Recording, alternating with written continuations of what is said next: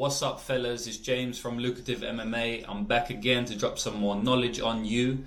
And today we're going to be going over the UFC 255 card real quickly and just breaking down what were the best bets. So if you didn't know, before every UFC event and possibly some Bellator and boxing as well, sometime in the week, usually about Wednesday, Thursday time, I will drop down my best bets for the upcoming card. So what I'm going to do is be doing a recap of the bet that I gave out and also actually telling you what were the best bets, because now we know because the fights have happened.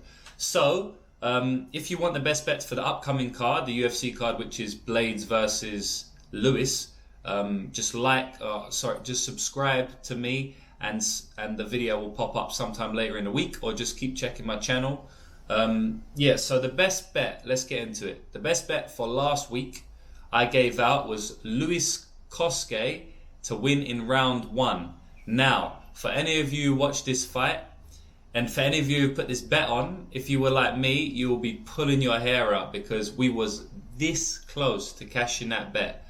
It was fucking crazy. So Koske comes out as he always does, knocks him down in the first round, smashing his head, ground and pound. I thought the fight was going to be stopped. Joe Rogan's there like, oh, it's over, the fight's over. I'm thinking it's over as well.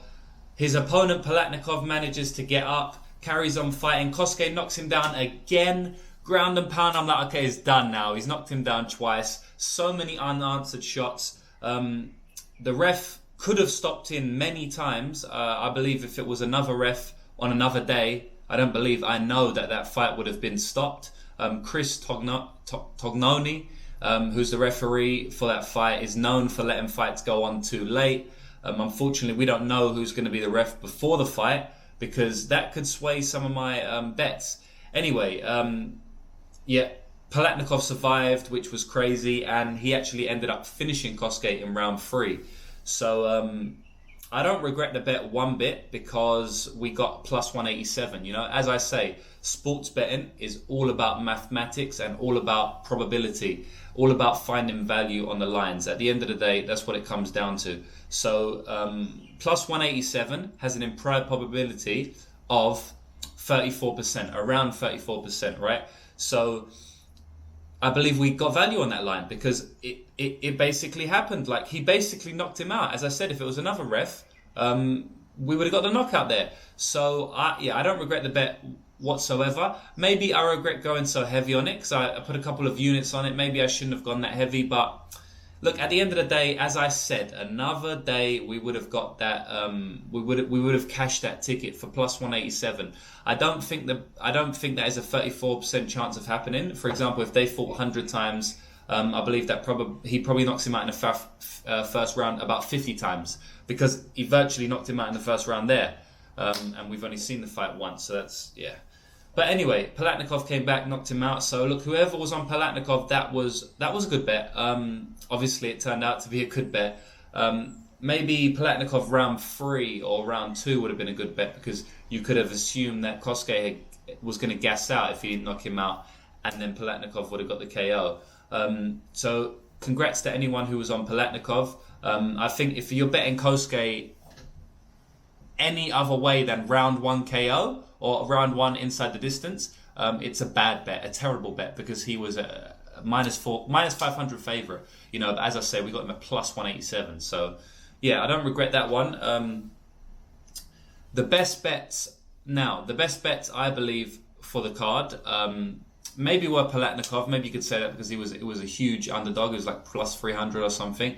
But as I say, he virtually got knocked out in the first round. So I find it hard to believe anyone was betting him on the fact that he was going to virtually get knocked out in the first round but survive. And as I say, another ref would have actually stopped it. So I can't really say that was a good bet. Maybe round 3, round 2 would have been a good bet. But, it's plus 300. So, yeah. So, that's subjective. But as I say, he virtually got knocked out. So I can't really class that as a good bet myself.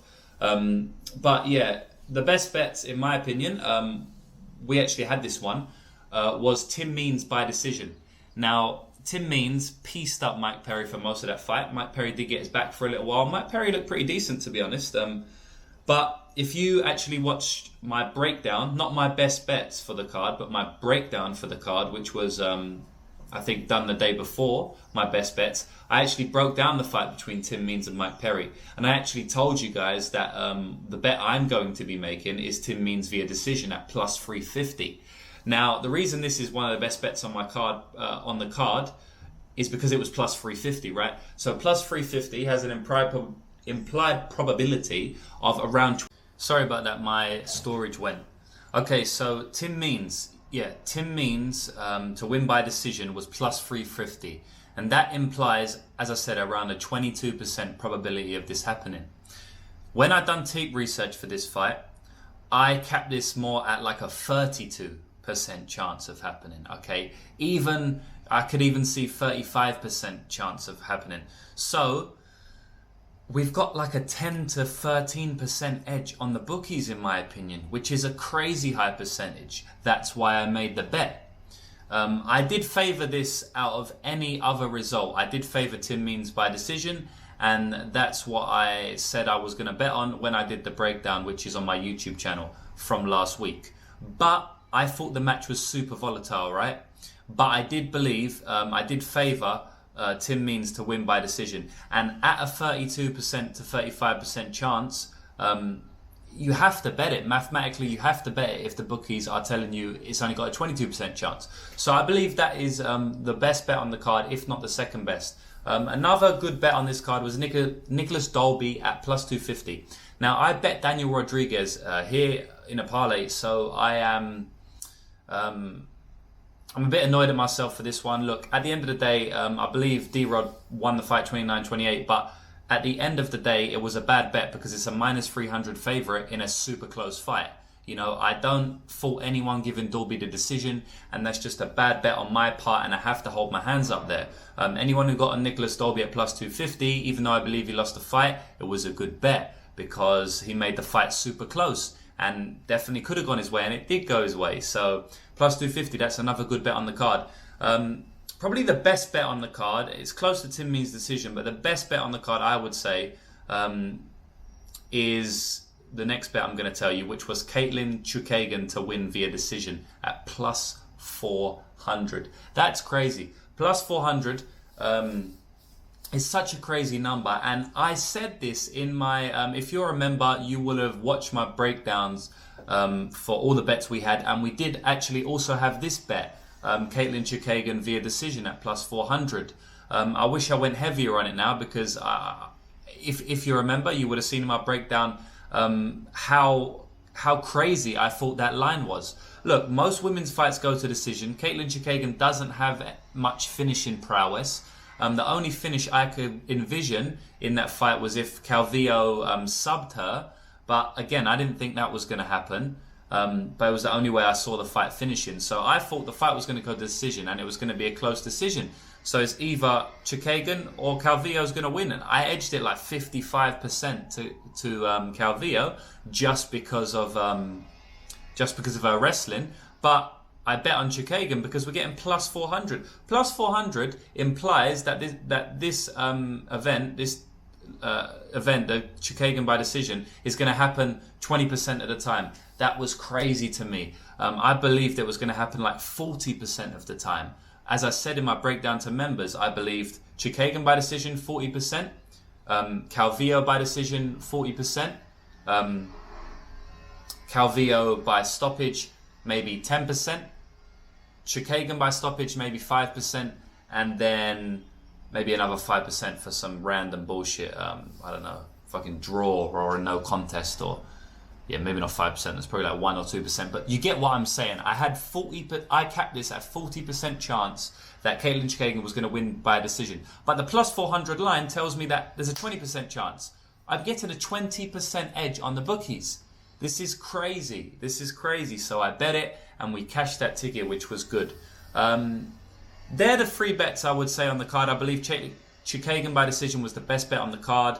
Then maybe Dolby and Tim Means via decision are probably number one and number 2 and 3. Figueiredo in round 1, which was another good bet in my opinion. A lot of people on Perez this week. We had Figueiredo in round 1. Perez, look, he's a good round winner, but at the end of the day, he had already lost 4 times in the first round. And we know what Figueiredo does in the first round. We also cashed on Figueiredo to beat Benavidez in the first round a few months ago when he fought. So we did the same again. The writing was in the wall for Perez to lose that fight in the first round, and he did it.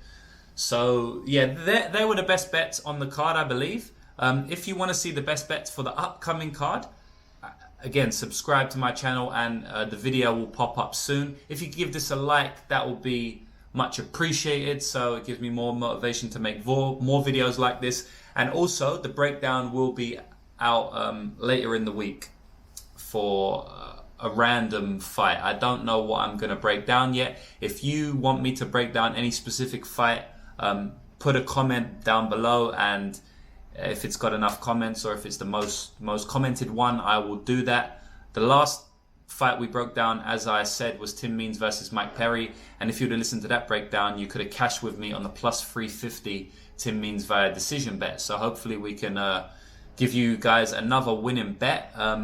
But yeah, I'll be back soon later in the week. Comment, like, subscribe, all of that.